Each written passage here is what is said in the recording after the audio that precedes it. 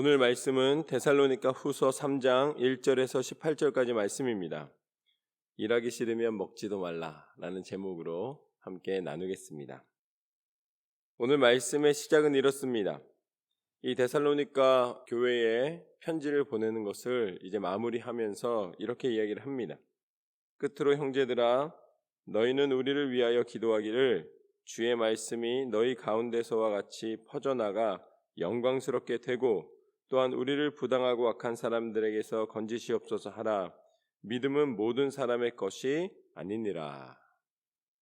오늘 바울은 이렇게 하나님 앞에 내가 너희를 위하여 편지를 쓰는 것도 또 복음의 진보를 위하여 행하는 것도 그 모든 것이 나의 노력이나 나의 힘이나 나의 능력을 드러내기 위함이 아니라 오직 하나님의 말씀이 전파되는 것에 내 마음이 있고 이유가 있다라고 시작을 합니다. 그러면서 나를 악한 사람들에게서 건지시옵소서 하라.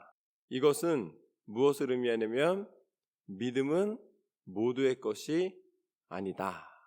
이 두 가지를 이야기를 합니다.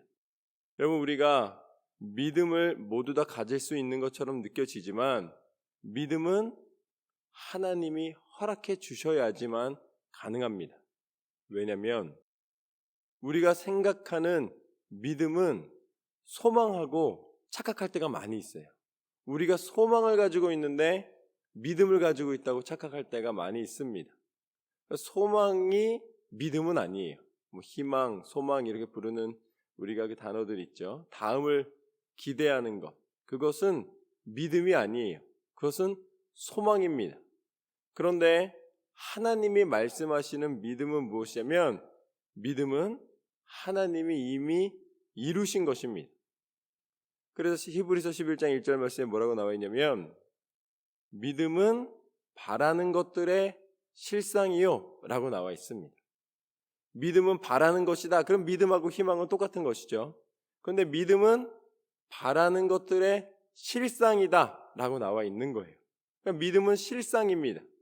그럼 우리에게 하나님이 허락하여 주신 실상, 말하자면 우리에게 이루신 것, 그것이 믿음이에요. 이 믿음은 무엇이냐? 예수 그리스도이십니다.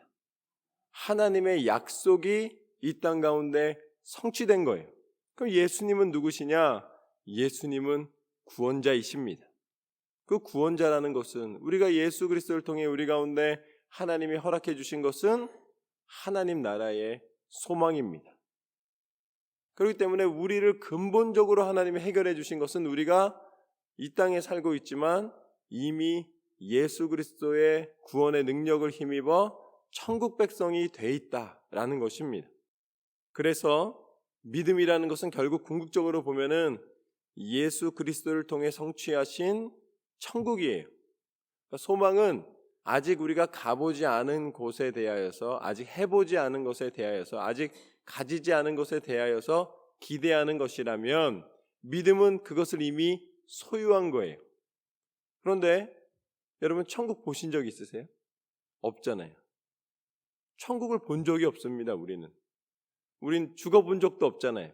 그러면 믿음은 우리가 경험할 수 있는 곳이 아니라는 거예요. 내가 경험해서 생성될 수가 없다라는 것입니다. 그럼 믿음은 어떻게 되는 거예요? 하나님이 허락해 주셔야지만 믿음이 생기는 거예요. 신앙생활을 오래 하잖아요. 그럼 천국에 대한 지식이 있지 믿음이 있는 게 아니에요. 신앙생활을 오래 했다 그래가지고서는 그 천국에 대한 믿음이 확고하게 들어가 있는 분들이 많지 않습니다. 그런데 하나님이 성령께서 친히 임하셔서 그 마음 가운데 하나님이 믿음을 선물로 허락해 주시면 아무리 흔들어도 흔들리지가 않아요. 왜? 천국이 그 안에 있기 때문에. 그거는 내가 만들어낸 천국이 아닙니다. 소망으로 있는 천국은 맨날 흔들려요. 맨날 흔들려서 이것보다 더 좋은 게 있지 않을까? 그래서 흔들리기 때문에 다른 것에서 더 만족을 누릴 수가 있으나 진짜 믿음의 천국이 10년 가운데 들어가게 되면은 그 사람은 흔들어도 흔들리지가 않습니다. 그래서 오늘 바울이 뭐라고 하냐면 믿음은 아무에게나 모든 사람의 것이 아니다 라고 이야기하고 있는 거예요. 여러분, 저는 여러분 안에 하나님이 주시는 믿음이 있으시기를 주님의 이름으로 축원합니다. 하나님이 주시는 선물 가운데 가장 큰 선물이에요. 집도 아니고요, 차도 아니고 물질도 아니고 그 어떤 것과도 비교할 수 없는 것은 믿음입니다. 그 믿음이 없이는 우리는 살아갈 수가 없는 거예요. 소망은 믿음을 갖게 하는 통로가 됩니다. 그러나 소망이 믿음이 아니라는 사실을 기억하십시오. 여러분, 믿음이 있어야 돼요. 믿음의 사람은 믿음이 있기 때문에 믿음의 사람이 되는 것이죠. 믿음의 지식이 아니라 믿음의 능력이 있는 삶이 되시기를 소망합니다. 사도 바울은 그렇게 이야기하는 거예요. 그래서 주는 미쁘사 너희를 굳게 하게 하시고 악한 자에게서 지키시리라. 너희에 대하여는 우리가 명한 것을 너희가 행하고 또 행할 줄을 우리가 주 안에서 확신하노니 주께서 너희 마음을 인도하여 하나님의 사랑과 그리스도의 인내에 들어가게 하시기를 원하노라. 그러면 너희가 믿게 되었을 때에 그 믿음이 허락된 사람들은 어떠한 사람인가? 그 사람들은 이 믿음을 지키는 사람들인데 그 지키는 사람들은 이 마음을 지키는 사람들이다 라고 오늘 말씀 가운데 가르쳐주고 계신 것입니다. 믿음의 증거는 그 마음이 단단하다는 거예요. 마음이 사람의 뜻을 쫓는 것이 아니라 오직 하나님의 인도하심을 쫓아 행하고 또 행하며 어떠한 상황 속에서도 그 마음을 지키기 위하여 그리스도 안에서 인내하노라. 여기서 말하는 마음은 우리가 생각하는 생각이 아니에요. 우리는 마음이라는 단어를 이제 우리의 감정에 이야기할 때가 많은데 말씀에서 이야기하고 있는 마음은 무엇이냐면 heart예요. 우리의 심령, 우리의 영 가운데 하나님의 말씀, 그 믿음이 온전히 자리 잡은 것을 이야기하는 것입니다. 우리의 감정 가운데 임한 게 아니에요. 감정에 임한 믿음은 항상 흔들려요. 뭐에 의해서 흔들립니까? 감정에 의해서 흔들리는 거예요. 우리의 생각으로 믿는 믿음은 다른 더 좋은 생각이 들어오고 어떤 깨달음을 이야기해주면 이건가? 그리고 흔들리게 되는 거예요. 그리고 또 감정상으로 누가 좋아서 믿음 생활을 시작하면은 결국 그 사람이 싫어지면 또 마음이 흔들리는 거예요. 그런데 심령이라는 것은 우리의 영혼이 하나님의 말씀에 든든히 섰을 때에 감정의 영역에서 한 단계 올라가는 거예요. 영적인 영역이 되는 것입니다. 영적인 영역에서 우리가 서 있으면 이 땅에 육신의 것으로 고생하는 것이나 육신의 것으로 마음이 상하는 감정의 영역은 인내하는데 수월해집니다. 인내를 할 수가 있게 되는 거예요. 저는 여러분의 마음이 하나님 앞에 온전히 드려지시기를 주님의 이름으로 축원합니다. 여러분의 영이, 이 심령이 깨어 하나님을 바라보게 하시노라. 이것이 다 믿음을 통해 행하게 하시는 하나님의 능력이다. 그것이 오늘의 첫 번째입니다. 두 번째는 무엇이냐? 6절 말씀부터 보면 형제들아 우리 주 예수 그리스도의 이름으로 너희를 명하노니 게으르게 행하고 우리에게 받은 전통대로 행하지 아니하는 모든 형제에게서 떠나라. 어떻게 우리를 본받아야 할지를 너희가 스스로 아나니 우리가 너희 가운데서 무질서하게 행하지 아니하며 누구에게서든지 음식을 값없이 먹지 않고 오직 수고하고 애써 주야로 일함은 너희 아무에게도 폐를 끼치지 아니하려 함이니 우리에게 권리가 없는 것이 아니요 오직 스스로 너희에게 본을 보여 우리를 본받게 하려 함이니라. 하나님은 어떤 하나님이십니까? 하나님은 질서의 하나님이십니다. 하나님은 우리가 믿음을 지키며 나아갈 때에 우리가 임의로 순서를 정하거나 임의로 우리의 뜻대로 행하는 것이 아니라 하나님의 뜻이 어디에 있는지를 분별하여 나아가기를 원하십니다. 이 당시 바울은 초대교회를 세울 때에 어려움이 많았습니다. 그런데 그 어려움 속에서 자신의 어려움을 교회에 인계하기를 원치 않았어요. 그래서 바울은 스스로 일을 하면서 복음도 증거하였습니다. 그것은 왜 그랬느냐? 내가 그렇게 하는 것이 남들에게 자랑이 되게 하려 함이 아니라 하나님이 뜻하시는 바대로 순종하였기 때문이다 라고 이야기를 하고 있는 것입니다. 여러분, 우리가 지켜야 할 질서는 네가 더 오래 믿었냐, 내가 더 오래 믿었냐, 내가 더 믿음이 높냐, 네가 더 믿음이 높냐, 이것을 가지고서는 논쟁하는 게 아니라 무엇이 하나님의 뜻인가.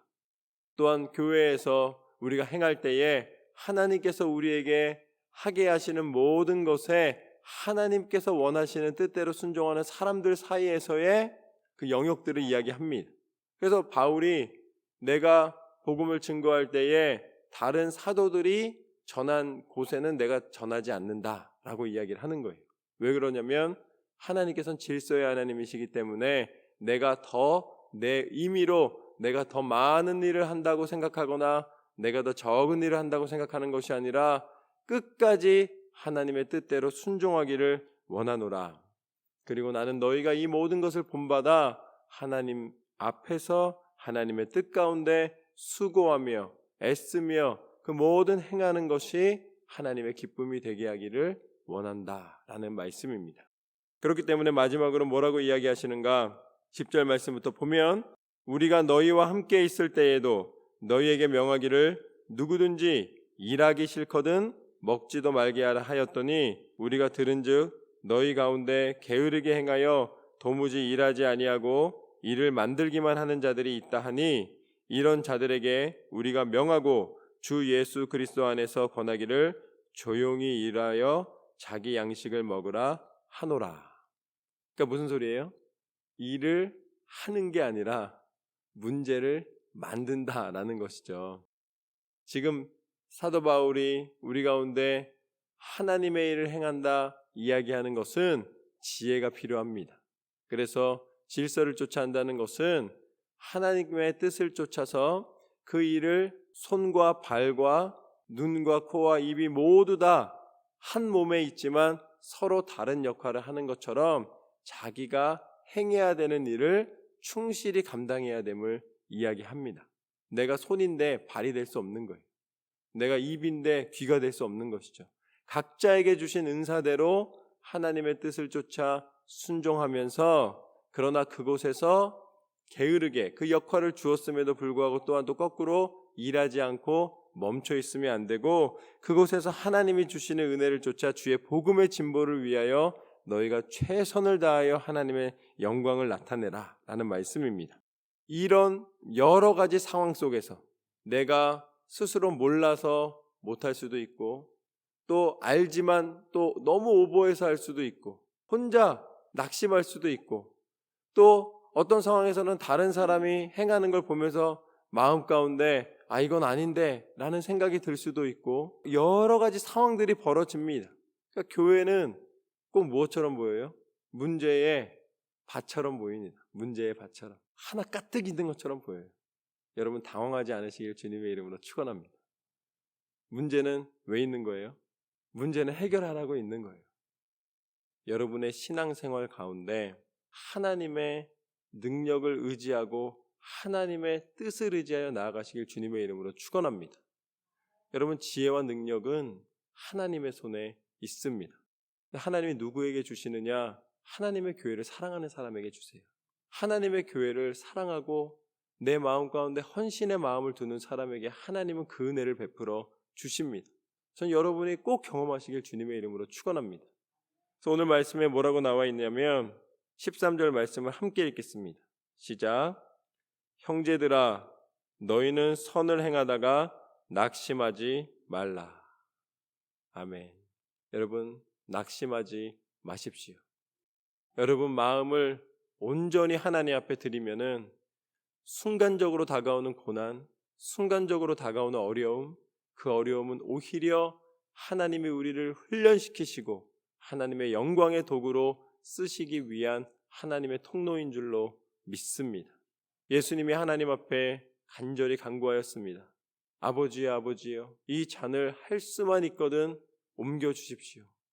그러나 내 뜻대로 마시고 아버지 뜻대로 하시옵소서.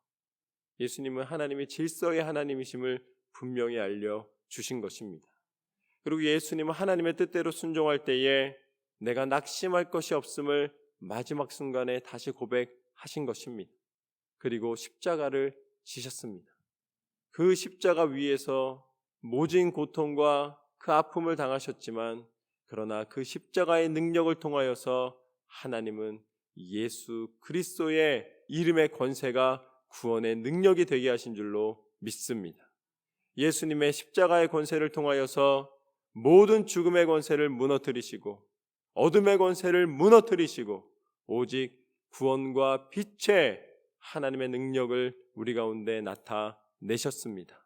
그것이 바로 부활이요 생명이신 예수 그리스도의 은혜입니다. 예수 그리스도의 이름의 권세를 통해 우리 가운데 천국의 능력, 그 믿음의 실체를 허락해 주셨습니다. 이제 우리는 더 이상 흔들리는 사람이 아닙니다.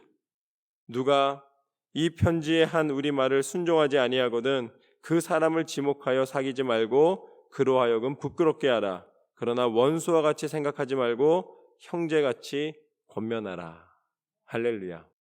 교회를 섬기고 교회를 사랑하는 것은 서로가 인내하면서 분명한 것을 이야기해주고 그럼에도 불구하고 또 그 사람을 그 영혼을 사랑하는 마음으로 함께하게 하시는 하나님의 은혜인 줄로 믿습니다. 평강의 주께서 친히 때마다 일마다 너희에게 평강을 주시고 주께서 너희 모든 사람과 함께 하시기를 원하노라. 나 바울은 친필로 문안하노니 이는 편지마다 표시로써 이렇게 쓰노라. 우리 주 예수 그리스도의 은혜가 너희 무리에게 있을지어다. 오늘 말씀대로 매일마다 하나님의 말씀 의지하여 승리하시는 저와 여러분의 삶이 되시기를 주님의 이름으로 축원합니다.